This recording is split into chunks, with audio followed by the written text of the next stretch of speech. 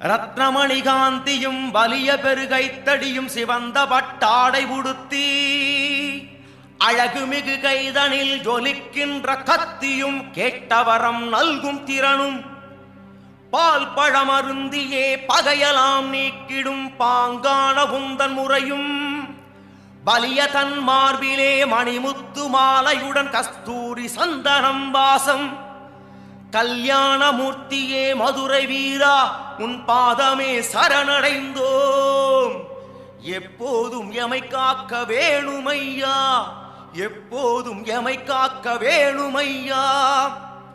துடிக்கின்ற மீசையும் நெற்றியிலே வெண்ணீரும் குங்குமத்திலகமின்ன அழகான இடையினில் ரத்னமணி பட்டையும் தங்க ஒட்யானமிளிர திறன்மிகு தோள்தனில் குறுக்கினில் அமைகின்ற வெண்பட்டு ஆடை துறங்க